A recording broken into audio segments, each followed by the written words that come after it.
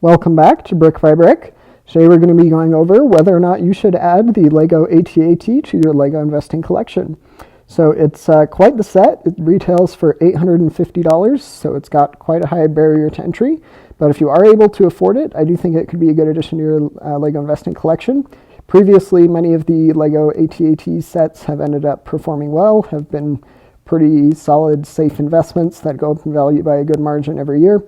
I have a couple, not this specific AT-AT set in my collection, but I have one of the $150 versions, I believe it is. I have one or two of those. And it has recently retired and has already gone up in value by a pretty good margin.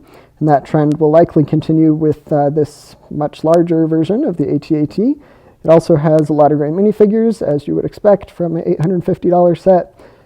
It's got quite a few great figures there. It also has the little plaque there, which is a great addition to the set. People love doing that, using that as like a display piece to just show off the set. And because of that, people who are more interested in the aesthetics aspect of LEGO are going to want to purchase this set after it retires and are willing to pay premium for it. So I do think that the set will likely go up in value by a pretty good margin.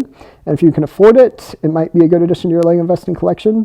It might be better to diversify a bit and get $850 worth of not just LEGO Star Wars sets, but some other themes, LEGO Harry Potter and LEGO Lord of the Rings and other options. But that's just if you're starting with a bit of a lower budget. I wouldn't recommend sinking all your money into one set, but I do think that this one will likely end up doing pretty well if you can afford it with the larger collection. I do think it could be a great addition. Feel free to let